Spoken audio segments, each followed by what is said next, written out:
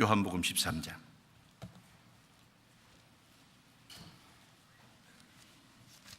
가장 중요한 계명이 중에 하나가 이것이지 않습니까?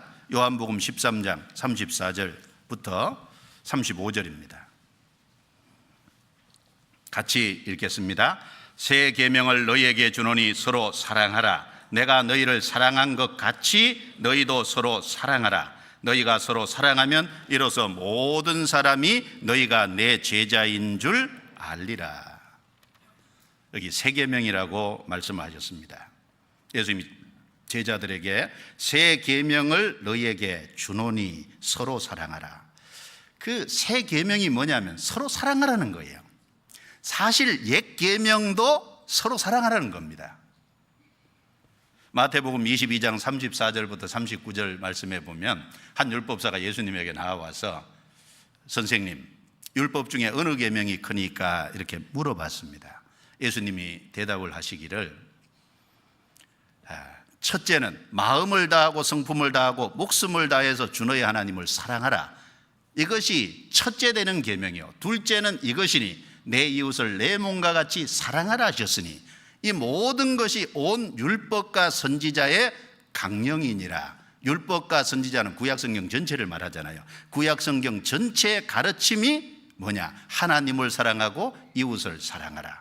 그러니까 옛 계명의 중심에도 사랑하라는 얘기가 들어 있습니다.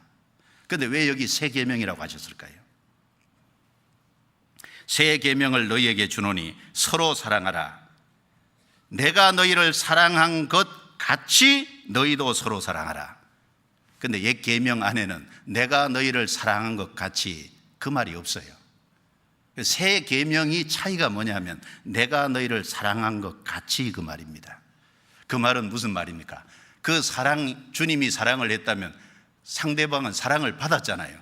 너희가 내 사랑을 받은 것이 다르다 그 말입니다. 구원을 받은 사람은 뭘 받았어요? 하나님의 사랑을 받은 거예요. 우리는 십자가를 통해서 우리 죄를 용서받는 동시에 거기서 하나님의 사랑을 받아들인 겁니다. 하나님의 사랑을 받은 사람은 또 다른 사람을 사랑할 수 있는 힘이 있어요. 사랑한 것 같이, 그 말은 사랑을 받았으면 너희도 서로 사랑하라 그 말입니다. 구원을 받은 사람은 이제 내가 너희를 사랑한 것 같이 서로 사랑하라고 하는 새 계명이 주어져 있는 겁니다. 그래서 구원받은 사람은 다른 형제 자매를 사랑할 수 있는 힘이 와 있어요. 그래서 베드로전서 1장 22절에 보면 너희가 진리를 순종함으로 너희 영혼을 깨끗하게 하여 거짓이 없이 형제를 사랑하기에 이르렀으니 마음으로 뜨겁게 피차 사랑하라 그랬어요. 자, 진리를 순종함으로, 그 말은 그 진리가 복음이지 않습니까? 복음을 받아들임으로 너희 영혼을 깨끗하게 했다. 우리 죄가 깨끗이 씻음 받았어요. 그리고 성령이 우리 속에 들어오심으로 우리 속사람이 깨끗게 됐어요. 이제 형제를 사랑하기에 이르렀으니, 이르렀다는 건 뭐예요? 형제를 사랑할 수 있는 힘이 와 있다는 얘기예요. 뜨겁게 피차 사랑하라. 앞에 두 가지가 붙어 있습니다. 뜨겁게, 또 하나는요 피차. 옆에 한번 돌아보세요. 옆에 형제 자매, 뜨겁게 피차 사랑해 보세요. 뜨겁게 피차 사랑하는 게 어떻게 사랑하는 걸까요? 사랑을 받았다면 그 사랑으로 사랑하는 게 뜨겁게 피차 사랑하는 걸 겁니다. 그리고 이제 그 사랑을 받았기 때문에 이제 신앙생활 가운데 주님과의 사이에서 그 사랑을 점점 더 풍성하게 해가야 돼요. 에베소 3장 18절 19절에 능히 모든 성도와 함께 지식에 넘치는 그리스도의 사랑을 알아. 그 길이와 넓이와 깊이와 높이의 어떠함을 깨달아 하나님의 모든 충만하신 것으로 충만하기 원하노라 라고 말씀하셨습니다. 우리가 아직 사랑을 받았지만 그 사랑의 길이와 넓이와 높이와 깊이가 얼마나 큰지를 잘 몰라요. 우리가 주님 사랑을 아는데 조금밖에 모릅니다. 이 사랑을 주님과 관계 속에서 점점 더 키워야죠. 그 주님의 사랑이 커질수록 형제 자매도 크게 뜨겁게 사랑할 수 있을 거예요. 그래서 사랑을 받았기 때문에 이제 사랑합니다. 먼저 누구를 사랑할까요? 하나님을 사랑합니다. 그래서 요한일서 4장 19절에 우리가 사랑하면 그가 먼저 우리를 사랑하셨습니다. 먼저는 우리가 아닙니다. 하나님이 먼저 우리를 사랑해 주셨기 때문에, 사랑을 나타내 주셨기 때문에, 그 사랑을 깨달아서 받았기 때문에 우리도 이제 사랑합니다. 주님만 사랑하는 게 아니라 형제 자매도 뜨겁게 사랑합니다. 그런데 구원을 받았다고 하면서 형제 자매를 힘들게 하고 형제 자매를 괴롭히고 형제 자매를 미워한다면 그 한번 생각해 봐야 돼요. 병들었든지 생명을 안 받았든지, 즉 사랑을 안 받았든지 뭔가 문제가 있지 않겠습니까? 요한일서 2장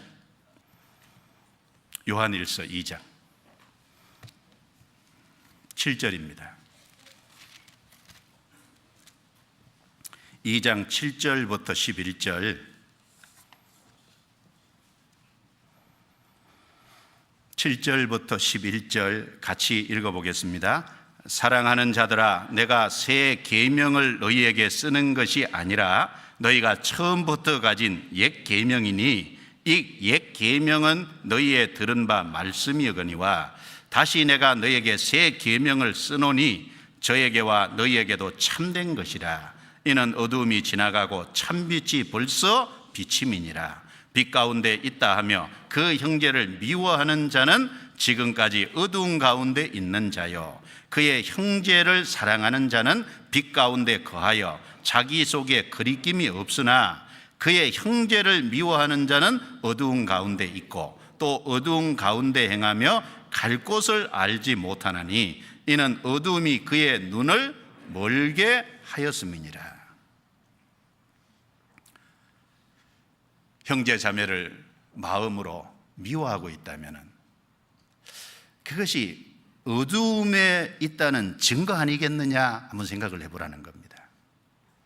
요한일서 1장에 보면은 하나님과 사귄다는 것은 빛 가운데 사귀는 것이라고 했습니다. 그런데 빛 가운데 사귄다면 그 주님의 생명이 와 있고 사랑이 와 있다면 같은 구원을 받은 형제 자매를 사랑할 텐데 그 형제 자매를 미워하는 것은 아직도 어두움에 있다는 겁니다. 9절에 지금까지 어두운 가운데 있는 자요, 이렇게 말씀하셨죠. 그 형제를 사랑하는 자는 빛 가운데 가하여 자기 속에 끄리낌이 없으나, 그 말은 미워하는 사람은 자기 속에 끄리낌이 있다는 말이에요.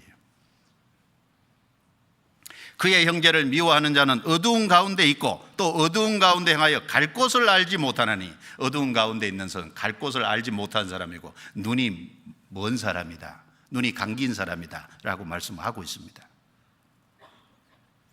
자, 이제 주님으로 말미암아 새 언약을 통해서 제사함을 받고 성령을 받아 확실한 생명을 그 말씀이 그 속에 심겨진 사람은 이제 새 계명이 주어져 있는 겁니다. 내가 너희를 사랑같이 너희도 서로 사랑하라. 그 말씀을 우리는 실천해야 돼요. 그리고 이제 구원을 받았기 때문에 구원받기 이전하고 전혀 다른 새로운 길을 걸어가는 겁니다. 구원받은 성도들이 가야 될 길이 따로 있어요. 새로운 길입니다. 성경 히브리서 10장입니다. 히브리서 10장 19절 20절. 10장 19절 20절.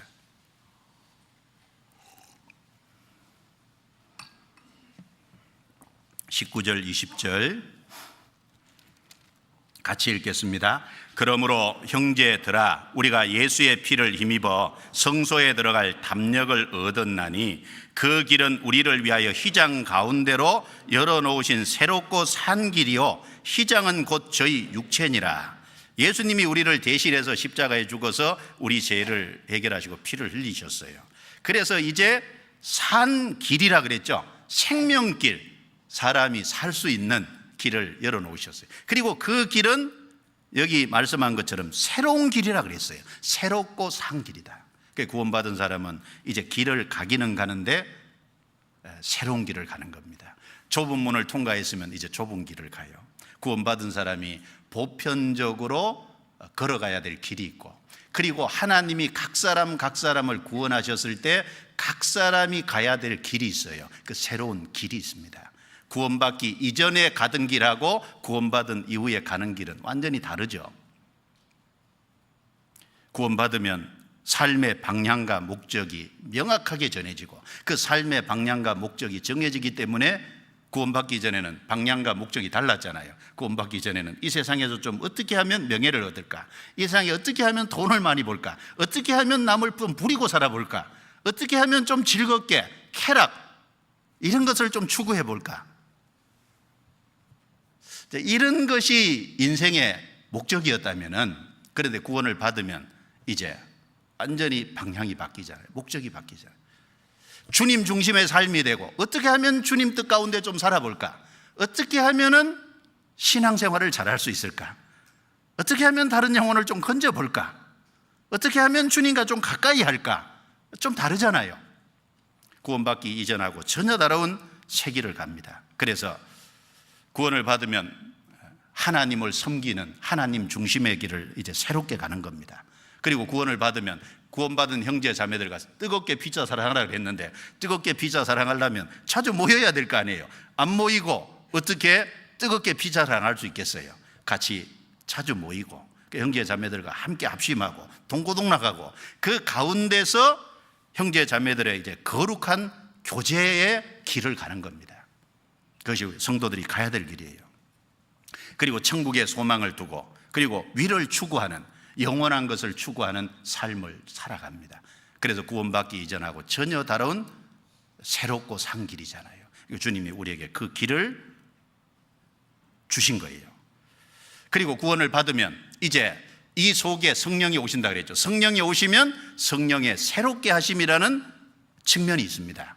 성경 디도서 3장 찾아보겠습니다. 디도서 3장.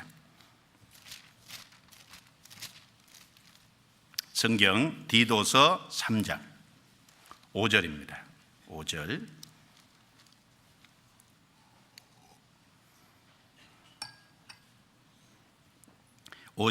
같이 읽겠습니다. 우리를 구원하시되 우리의 행한 바 의로운 행위로 말미암지 아니하고 오직 그의 긍휼하심을 좇아 중생의 씻음과 성령의 새롭게 하심으로 하셨나니. 중생의 씻음과 성령의 새롭게 하심으로 하셨다. 먼저 우리를 구원하시되 우리의 행한 바 의로운, 우리의 어떤 행위의 근거에서 우리를 구원하신 게 아니죠. 오직 그의 긍휼하심을 좇아 하나님의 긍휼이 동기가 되고 사랑이 동기가 돼서 하나님 편에서 일방적으로 자격 없는 우리를 위해서 해 주신 일이잖아요. 그리고 여기 구원의 내용 속에는 두 가지 내용이 있다는 겁니다. 여기 중생이라는 말은 거듭남이라는 말하고 똑같은 단어예요. 여기 중생 그럴 적에 중자를 무거울 중자를 씁니다. 한문으로 번역하니까 중생이에요. 그런데 이 무거울 중자가 한자에 무겁다는 뜻이 있는 동시에 다시 반복한다 이런 뜻이 있어요. 그러니까 여기 중생이라는 말은 새로운 생명이라는 말입니다. 거듭났다는 얘기를 하는 거예요. 거듭나면은 두 가지가 있다. 씻음, 죄 씻음이죠. 우리의 모든 죄를 씻어줬다는 것과 성령의 새롭게 하심으로 하셨나니, 이제 성령이 우리 속에 들어오셨어요. 우리가 주일날 두 번이나 하나님의 두 가지 선물에 대해서 배웠습니다. 바로 그 한 가지는 구원이라는 큰 선물을 받고, 또 한 가지는 하나님이 구원받은 사람 속에 들어와 계시다는 거예요. 죄사함을 받으라. 그리하면 성령을 선물로 받으리니, 죄사함을 확실히 받은 사람 속에 성령이 오시고, 성령이 우리의 영에 오시고 우리의 마음에 영향을 미치면 우리의 마음이 새롭게 되는 겁니다. 우리 속에 오신 성령이 어떤 성령이십니까? 은혜의 성령이잖아요. 고린도전서 2장 12절에 우리가 세상의 영을 받지 아니하고 오직 하나님께로 온 영을 받았으니 이는 하나님께서 우리에게 은혜로 주신 것들을 알게 하려 하심이라. 하나님께로부터 온 영, 성령을 받았는데 은혜로 주신 것들을 알게 하려 하심이라. 이제 구원을 받으면 은혜로 주신 것 하나가 아니죠. 것들이라 그랬어요. 복수입니다. 먼저는 제사해 주시고 우리를 지옥에서 건져주시고 우리를 영원한 천국에 이끌어 들이시는 그 은혜를 먼저 깨달아요. 그리고 주님이 우리 삶 속에 무엇을 해주시는지 우리 삶 속에서 누리는 많은 은혜가 있어요. 그리고 우리가 죽음을 건너갔을 때 영원 속에서 하나님 안에서 누리는 은혜가 또 있어요. 그 은혜들을 이제 하나하나 깨달아 가게 하시는 겁니다. 은혜가 깨달아질수록 우리 영혼이 충만해지죠. 우리 영혼에 기쁨과 감사가 있을 거예요. 기쁨과 감사가 넘치는 만큼 주님을 위해서 더 힘있게 살 수 있습니다. 그리고 우리 속에 오신 성령은 진리의 성령이에요. 요한복음 16장 13절 말씀에 그러하나 진리의 성령이 오시면 그가 너희를 모든 진리 가운데로 인도하시리니 그가 자유로 말하지 않고 오직 듣는 것을 말하시며 장래의 일을 너희에게 알리시리라 그랬어요. 진리의 성령이니까 진리 가운데로 우리를 인도하셔요. 좌로나 우로나가 아니라 진리 가운데로. 말씀이라는 진리 위에 우리를 세워주시고 그 말씀으로 우리를 정로로 갈 수 있도록 우리를 이끌어 주십니다. 그리고 장래 일에 대해서 앞으로 어떤 일이 있을 것을 깨닫게 해주세요. 그리고 우리 속에 오신 성령은 거룩한 성령 아닙니까? 우리를 점저 세상에서 구별해 가시는 것이 있어요. 성령의 새롭게 하심. 확실히 제사함을 받은 사람 속에는 성령이 와 계시고 성령이 오셔서 새롭게 하시는 일이 있어요. 그런데 제사함을 받았다고 하는데 성령의 새롭게 하시는 일에 대해서는 까마득하다. 은혜의 성령인데 그러면 은혜를 알고 그리고 바르게 분별하는 분별력도 있고 판단력도 조금씩 늘어갈 건데 시간이 지나도 전혀 교회 분별도 못하고 말씀 분별도 못하고 어느 것이 옳은지 그른지도 잘 모르고 성령을 정말 받았을까요? 정말 구원 받았을까요?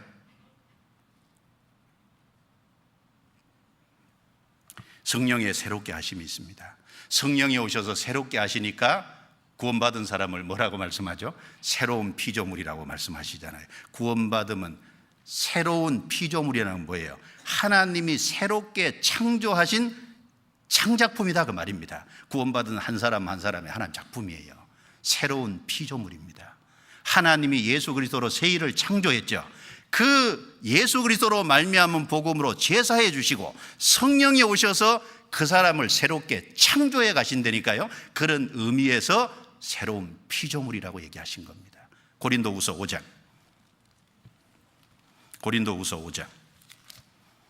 17절 성경에 구원받은 사람을 새로운 피조물이라고 그랬습니다. 5장 17절 같이 읽겠습니다. 그런즉 누구든지 그리스도 안에 있으면 새로운 피조물이라 이전 것은 지나갔으니 보라 새 것이 되었도다. 따라해 주시겠습니까? 새로운 피조물이라 이전 것은 지나갔으니 보라 새 것이 되었도다. 하나님 보실 때 새로운 피조물이에요. 하나님의 창작품입니다. 이제 새롭게 만들어 가시는 거예요. 하나님의 작품으로 다듬어 가시는 겁니다. 이전 것은 지나갔으니 그랬죠. 물론 우리가 이 육신을 입고 이 땅에 사니까 구원받기 전에 빚이 있으면 구원받은 이후도 그것이 문제가 돼요. 그렇죠? 빚을 갚아야죠. 그런 어떤 육신적인 것은 연관이 있어요. 그런데 하나님 앞에서 구원받기 이전은 하나님이 문제 안 삼습니다. 이전 것은 뭐라 그랬습니까? 지나갔다 그랬어요. 구원받기 전에 그 사람이 얼마나 많은 죄를 지었는지 그 사람이 어떻게 살았는지 하나님 더 이상 그걸 문제 안 삼아요. 구원받은 그 순간부터 하나님의 창조물이에요. 새 것이 되었도다. 구원받으면 새 것입니다. 그럼 하나님이 그렇게 말씀하시면 우리도 그렇게 받아들여야죠. 하나님 앞에 새로운 피조물이에요.